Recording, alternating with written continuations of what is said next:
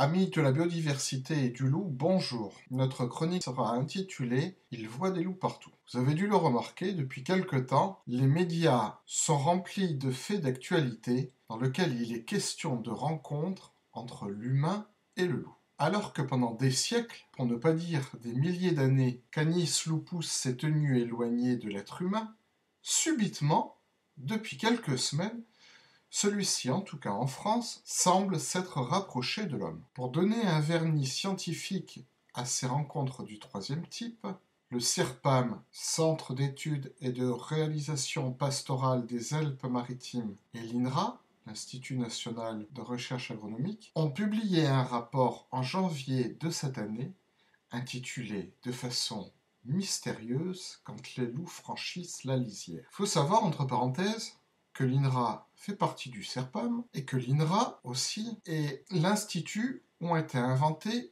les vaches à hublot tristement célèbres. Que trouve-t-on dans cette étude à couleur scientifique? Tout simplement des rencontres du style rencontre du troisième type entre l'humain et le loup. Quel est le sérieux de cette étude? Elle est basée autour de témoignages d'éleveurs, de chasseurs, de randonneurs qui sont très souvent eux-mêmes soit éleveurs, soit chasseurs, et enfin de l'affaire dite du fils Ferrand. Bref, que des antilopes. Quelques photographies de canidés viennent étayer cette étude aux allures scientifiques. Là non plus, rien de probant. Il s'agit effectivement de canidés, c'est tout ce que l'on peut dire. Mais si nous revenions sur l'affaire dite du fils Ferrand, souvenons-nous, ce jeune garçon et son jeune frère ont été entourés par une meute de loups. Ils n'ont dû leur survie qu'au tir à la carabine de l'un des deux enfants.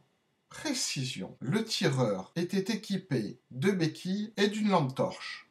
C'est-à-dire que l'enfant tireur avait une carabine, une lampe torche et deux béquilles.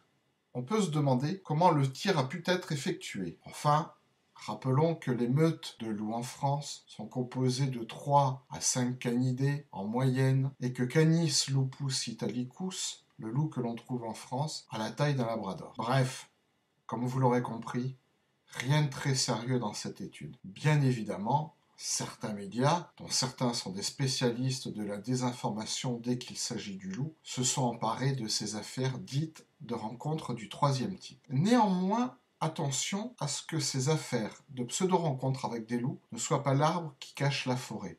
Et cette forêt s'appelle le trafic animalier. En effet, il existe en France un très fort trafic de loups et ou d'hybrides.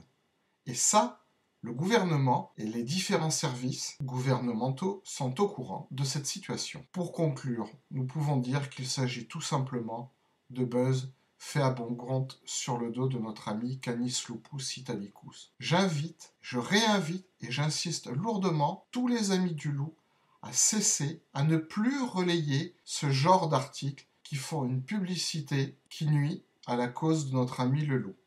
Je vous dis au revoir et à très bientôt.